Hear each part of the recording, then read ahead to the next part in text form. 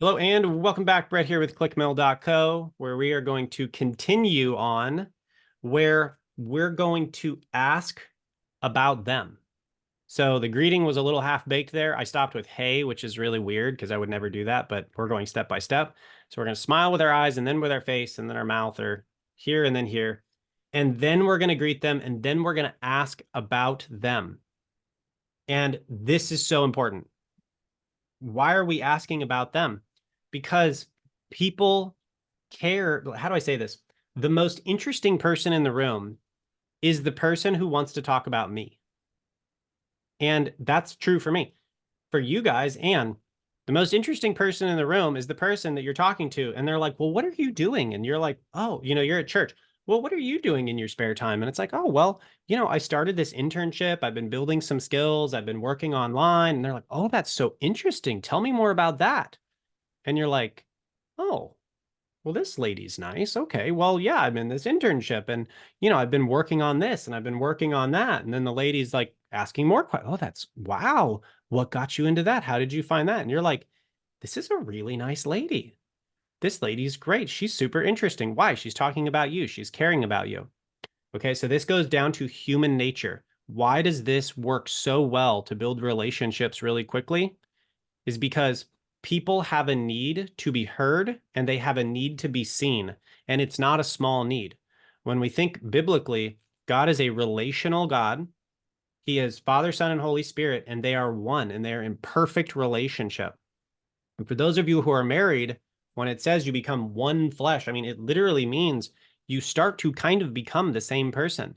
The things they like, you start to like, and the things they dislike, you start to dislike, and you kind of start doing the same stuff. And when you look at people who've been married for 50 years, you're just like, you seem like you fit perfectly together. Why? It's because they are one flesh. They have become like each other. They're separate, but they're the same. And that's the same thing with God. God is a relational being, and he put this need for relational connection to be truly seen and truly heard into all of us. And good news for you guys, because you know this, and most other people don't know this. We live in a world where connection has gone into the trash can. It is super hard to connect. Depression rates, suicide rates, anxiety rates increase the more social media people use, the more internet, the more screen time, and the less actual physical connection you have with people in real life. All those things get worse. And we're going more and more and more into that. So when you consider that people do not have in their life a real person asking them how their day is, it'll blow you away what people will do. Um, and I use this. So let's go through this, and I'll give you an example of how this works. Um, so we smile. Hey, how are you doing today? And the point here, though, is you have to actually care. It's not like, yeah, how you doing? It's like, oh, good. All right. Like that's what we do at church, at least in a lot of churches that I've been to. It's like, hey, well, how was your week? Oh, it was good. How was your week? Well, it's pretty good, same as usual. All right, see you later. Good to see you, brother. And it's like that's not actual connection because I'm not actually asking him and expecting to hear that it could have been a bad week. Okay. When I'm asking this, my expectation is that I'm going to get a really bad answer and I want to hear it. Okay. So if I say, hey, how you doing today? And they're like, oh man, tough day. Okay. When someone shares something with you, that is, how do I say this? You've got your social mask that everybody wears. We all have our polite face that we show to the world.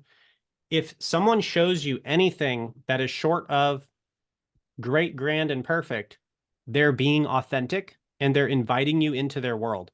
Why would someone do that with a stranger? Because there's nobody else in their life who's listening. So when the opportunity arises, they're taking it and they're saying, "Yeah, it's a rough day." Oh man, what do you do? I'm sorry to hear that. Why, what's going on? Why is this I'd love to don't want to pry, but love to hear about it. Oh, well, and then they'll just tell you anything.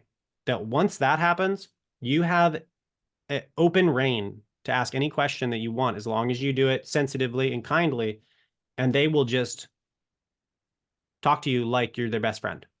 So that's why I say, especially with Anne and Shazeb, when you're sending these videos, talk to them like you're their best friend, because people actually are looking for connection and authenticity, and it's super hard to find today. And if you're the only person that can even kind of make that, you're going to win. Okay. So ask about them. Hey, how are you doing today? And then actually expect a genuine response, and people will actually give it to you. And you'll be surprised at where the conversations go at the supermarket. Or, and I'll give you an example about this. And you guys probably know this by now. When I get stressed or I need to relax or take a break, I usually go to the hot tub here in the community. I sit down, or like that's where I write all my notes for these courses. And most of the time I'm trying to go there to get away from people, but sometimes there's people there. And they're sitting right across from you. It's in the US, it's super rude to not talk to people when they're looking you right in the face. So it's, how you doing? Oh, doing all right. Oh yeah, week going okay? Well, no, not really, actually. And it's like, all right, what's going on? And I had a gentleman that I was talking to. This has happened a lot of times, but this is an example. And he started sharing that his dad was just diagnosed with stage 4 cancer, and he probably wasn't going to make it the month. And as it turned out, I saw him 2 other times at the hot tub after that, got to pray with him. He was Catholic, and so got to pray with him and encourage him. But yeah, it turns out his aunt, he was supposed to inherit the family business, which is a local Mexican restaurant down here. His aunt swiped in while his dad was on his deathbed and had him sign some paperwork. His dad didn't understand it. He's obviously very ill, and she stole the business. So the next time I talk to him, he's like, "You wouldn't believe it." And it's like, I've never met this guy before in my life, and he's, crying and telling me the most difficult things in his life. And we're praying. Why is he talking to me? Because I just asked how he's doing. Okay. So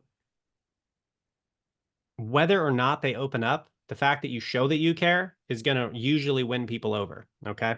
So step 3 is actually genuinely ask how you're doing. Now, the last thing that this is the last thing that this is going to do is it's going to trigger what we call reciprocity. If you guys are interested in more on this, we've got courses and content on how to share the gospel and how to evangelize. And this is super important communication skills that I've just never heard anywhere inside the church. Like I said, I always went to books to learn this stuff for marriage. I didn't have anybody teaching me how to be married.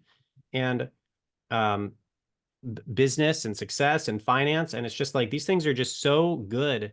And it's amazing we don't hear them in the church. But when you show someone a kindness and you meet their need, and what are our values at ClickMail? Solve problems, meet needs. When you meet someone else's need, they have internally a human nature mechanism called reciprocity, and they then want to give back to you. And they've done studies on this, psychological studies, where they'll just give away something small at an airport exit and then have a little offering basket. And when they offer like a tiny little 1 cent garbage flower, like, oh, here's a flower. Oh, thank you. And then they have like a little offering thing for the nonprofit they're working for.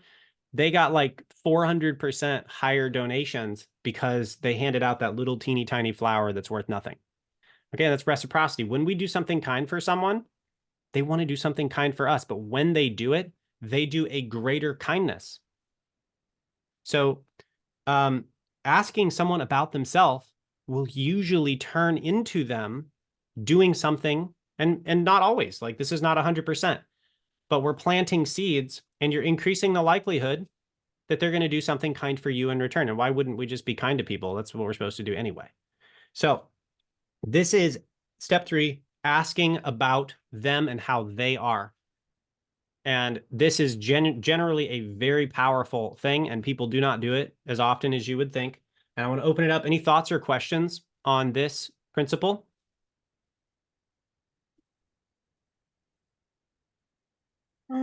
I agree because people sometimes just need someone to listen, who to listen to them. Mm-hmm. And if we are genuine, I think people recognize it. I Excellent. mean, people just recognize when we are genuine, when we are kind, when we are real. Okay. because when we are fake and just polite for the sake of being polite, it's just so obvious. Hmm. Yeah. Good. Yeah. Thank you, Kate. Anybody else? Any thoughts on this? And I'd also be interested, do you think this would be socially acceptable in your country? I know obviously in some countries, there is limitations on how women and men can interact in public situations and things like that. So, any reservations to this in regard to your culture, anything like that?